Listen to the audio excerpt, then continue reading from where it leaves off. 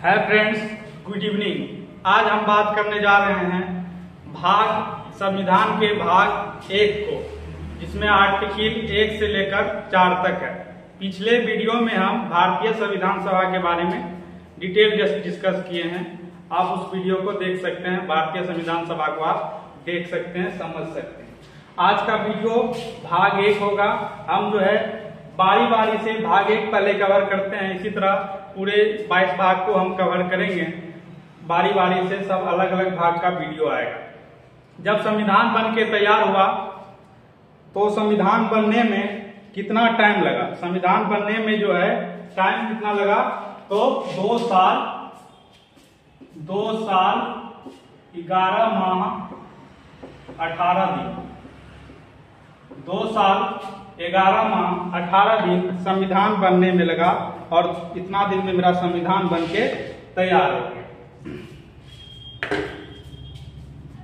संविधान बनने में टोटल खर्च 64 लाख आया।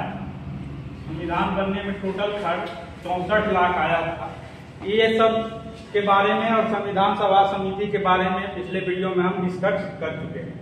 आज बेसिकली डिस्कस करेंगे संघ एवं उसका राज्य क्षेत्र, जो भाग 1 में संघ एवं उसका राज्य क्षेत्र आर्टिकल 1 से लेकर 4 तक। तो इसके बारे में डिटेल चर्चा करते हैं। भाग 1 में ही बोला गया है, आर्टिकल 1 में बोला गया है कि भारत एक यूनियन है ना, संघ है। तो इसमें देख लेते हैं अनुच्छेद आर्टिकल 1 में भारत राज्यों का संघ है। भारत क्या है? राज्यों का संघ है। राज्यों को जो है पहली अनुसूची में रखा गया। जैसे हम कल के वीडियो में पढ़े थे, कल के क्लास में हम आपको बताए थे कि जब संविधान लागू हुआ था तो संविधान में 395 अनुच्छेद, 22 भाग और 12 अनुसूची था, यानी कि 8 अनुसूची था। बाद में भी जो है वर्तमान में जो है 12 अनुसूची उसमें है।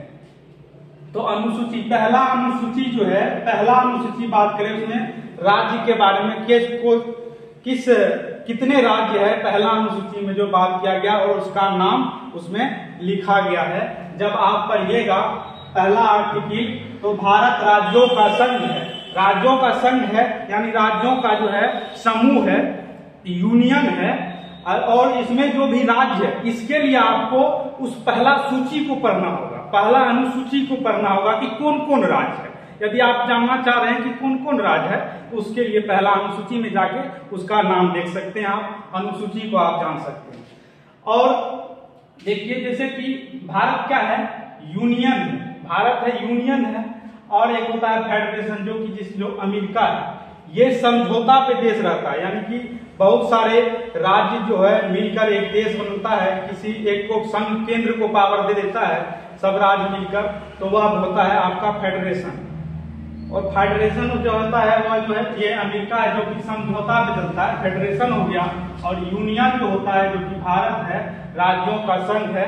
इसमें जो है डिफरेंट क्या होता है, अंतर क्या होता है? यूनियन में जो है, यूनियन में केंद्र के पास पावर होता है, यानी कि राज्य के पास भी पावर होता है, लेकिन संप्रभु नहीं है, यानी कि संप्रभुता नहीं है। यदि संप्रभुता हो जाता तो वह खुद अपने आप में राज्य हो जाता है, लेकिन संप्रभुता नहीं है, वह उसके अंदर है, तो वह क्या हो जाएगा? वह कहला जाता है, आपका राज्य हो जाता है। तो आर्टिकल पहला 1 में जो है भारत जो है राज्यों का संघ है, और इसी के तहत आप जो है इंडिया, दैट इज भारत, जो अभी वर्तमान में चर्चा भी चल रहा है ना, हर एक जगह से इंडिया नाम को हटा के भारत रखा जा रहा है। तो मेरा भी मानना है कि इंडिया और भारत दोनों नाम का जिक्र जो है संविधान लिखने वाले ने पहले ही कर लिया है। Bharat, India, that is Bharat, ये पहले आर्टिकल में ही लिख चुके हैं। तो दोनों नाम संविधान ने पहले लिख दिया है। अब 3 प्रकार के क्षेत्र भारत में होंगे।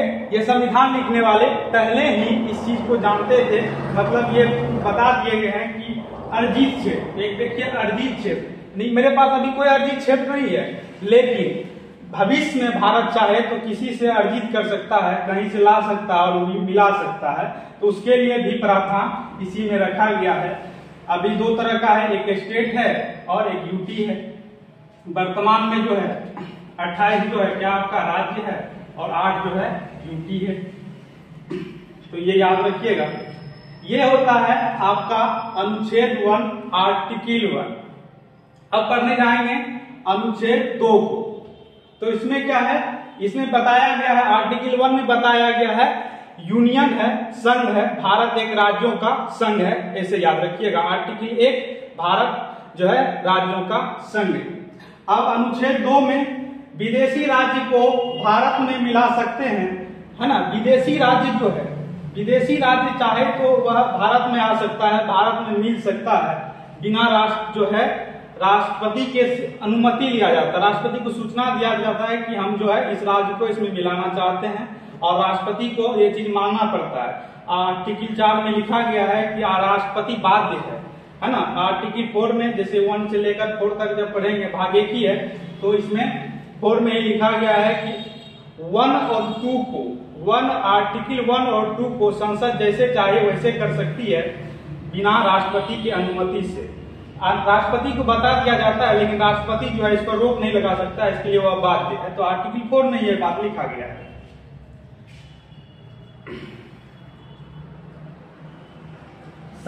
संसद जो है संसद कर सकता है किसी भी विदेशी राज्य को अपने राज्य में मिला सकता है राष्ट्रपति के अनुमति के बिना, है ना। अनुमति के बिना सूचना दिया जाता है कि हम इस राज्य को मिलाने जाते हैं और वह मिला लेता है।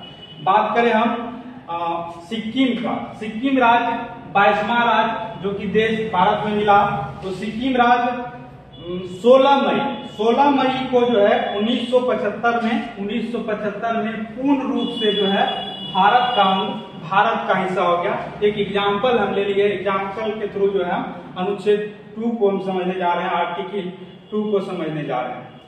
तो सिक्किम के पास मामला आया, सिक्किम अलग था, यानी कि अपने आप में स्वतंत्र था, किसी में मिला हुआ नहीं था। अपने आप में समझ सकते हैं एक देश के तौर पर वह सिक्किम था। सिक्किम किसी में मिला हुआ नहीं था, किसी देश में मिला हुआ नहीं था। तो सिक्किम पे जो है, तो सिक्किम चाह के हम भारत में मिल जाए, तो भारत के पास आया। उस समय के जो भी नेता थे उससे मिला, तो बताया गया, सिक्किम को लगा कि नहीं, मतलब भारत मेरे साथ अच्छा ट्रीटमेंट करेगा कि नहीं करेगा, अच्छे से रखेगा कि नहीं रखेगा, इसीलिए जो है उसको 1 साल का मौका दिया कि आप 1 साल देख सकते हैं भारत में रह के, भारत से विलय करके कि आपके साथ कैसा व्यवहार होता है। तो वह जो है सिक्किम एक संशोधन का किया जाता है, जो कि 35, ये क्वेश्चन पूछा जाता है, 35वां संशोधन किया जाता है 1974 में, जो सिक्किम को सह राज्य के तौर पर विलय कर लिया जाता है भारत में विलय कर लिया जाता है सह राज्य के तौर पर। अब उसके बाद 1 साल के बाद जब सिक्किम को लगता है नहीं कि अच्छा है, हम इसमें रह सकते हैं, भारत में रह सकते हैं, हमको राज्य का दर्जा मिलना चाहिए, तो सिक्किम को राज्य का दर्जा मिल गया। तो 36वां संशोधन हुआ 1975 में और सिक्किम जो है सह राज्य से राज्य बन गया, जो कि 22वां राज्य आपका हो जाएगा। ये क्वेश्चन आपका बीपीएससी एग्जाम में पूछा गया है।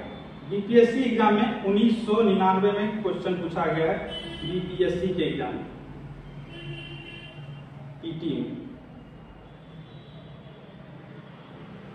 बीपीएससी पीटी में पूछा गया क्वेश्चन है ना। सिक्किम कब मिला, कौन आर्टिकल, कौन संशोधन के बाद जो है सिक्किम मिला, ये क्वेश्चन आपका पूछा गया।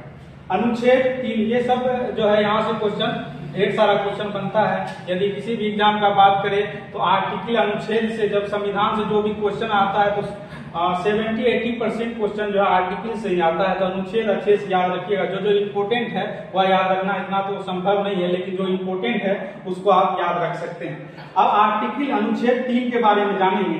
भारत के किसी भी राज्य का नाम, सीमा क्षेत्र में परिवर्तन राष्ट्रपति के पूर्ण अनुमति से जो है किया जा सकता है। पहले क्या किया, पहले में क्या है, यूनियन है, दूसरे में किसी विदेशी को मिला लिया है, और तीसरे में क्या है कि उसके नाम, सीमा क्षेत्र में परिवर्तन कर सकता है। यानी कि कहने का मतलब है कि बांका को सरकार चाहिए तो झारखंड में दे सकती है, हो सकता है देवघर जो झारखंड में है उसको बिहार में ला सकती है। तो ये पावर जो है सरकार के पास है, राज्य सरकार के पास है। और इसमें जो है विशेष बहुमत की भी अनुमति नहीं होता है, बस 50% संसद का बहुमत होना चाहिए, सिग्नेचर होना चाहिए, बस ये बिल पास हो जाता है। तो उसके नाम, सीमा, क्षेत्र में परिवर्तन कर सकता है। ये अनुच्छेद आर्टिकल 3 के तहत आप समझ सकते हैं। इसके लिए भी हम 2-3 एग्जाम्पल ले लिए हैं। जो 2000 ईस्वी में कुछ राज्य को अलग किया गया था, है ना, अलग किया गया था। जैसे मध्य प्रदेश को छत्तीसगढ़ से 1 नवंबर 2000 को अलग किया गया था। उत्तर प्रदेश को 9 नवंबर 2000 को उत्तर प्रदेश से उत्तराखंड अलग हुआ था। और बिहार से झारखंड 15 नवंबर 2000 ईस्वी को अलग हुआ था, बिहार से झारखंड। तो यह इसी आर्टिकल के तहत ये सब करना जो है संसद के पास पावर है, संसद के पास ये प्रावधान है, तो ये कर सकता है। एक राज्य को दूसरे राज्य में विलय करना, और राज्य बड़ा है तो उसको छोटा करना, 2 भागों में बांटना, ये आर्टिकल 3 के तहत कर सकता है। और आर्टिकल 4 में क्या है कि संसद राष्ट्रपति के अनुमति के बिना जो है आर्टिकल 2 और 3 में जो भी बात लिखा गया है, यह संसद राष्ट्रपति के अनुमति के बिना कर सकता है। उसके लिए वह स्वतंत्र है, उसको कहीं जो है रोका नहीं जाएगा। और राष्ट्रपति भी इसके लिए बाध्य है, उसको मानना ही पड़ेगा और उसको सिग्नेचर करना ही पड़ेगा। यही बात इसमें लिखा है, आर्टिकल 4 में लिखा गया है। इसको जो है 68 अनुच्छेद आर्टिकल 68 से बाहर रखा गया, 368 से बाहर रखा गया है। इसीलिए वह जो है राष्ट्रपति उस पर कुछ हस्तक्षेप नहीं कर सकता। राष्ट्रपति जो है उसके लिए बाध्य हो जाता है सिग्नेचर करने के लिए। तो हम प्रयास किए आर्टिकल 1 से लेकर 4 तक समझने का और समझे। इसमें और एक बात समझना है, जैसे हम लोग अखंड भारत में पहले रहते थे, तो अखंड भारत में रहते थे। अफगानिस्तान, पाकिस्तान, भारत, श्रीलंका, सब नेपाल, भूटान सब एक ही था, बांग्लादेश सब भारत में ही था। तो धीरे धीरे सब अलग अलग बढ़ते गया। तो जो भारत से अफगानिस्तान जो अलग हुआ वह डूरल लाइन से अलग हुआ, और भारत से जो पाकिस्तान अलग हुआ रेड क्लिफ आया, और वह सही थाने को मिला दिया और एक लाइन खींच दिया, तो वह रेड क्लिफ लाइन होता है। एग्जाम में क्वेश्चन पूछा जाता है जो भारत और पाकिस्तान को अलग करता है। आज हम प्रयास किया आर्टिकल 1 से लेकर 4 तक समझाने का, भाग 1 को समझाने का। आपको यह वीडियो कैसा लगा कमेंट में जरूर बताइएगा। लाइक, सब्सक्राइब, कमेंट जरूर करें। धन्यवाद।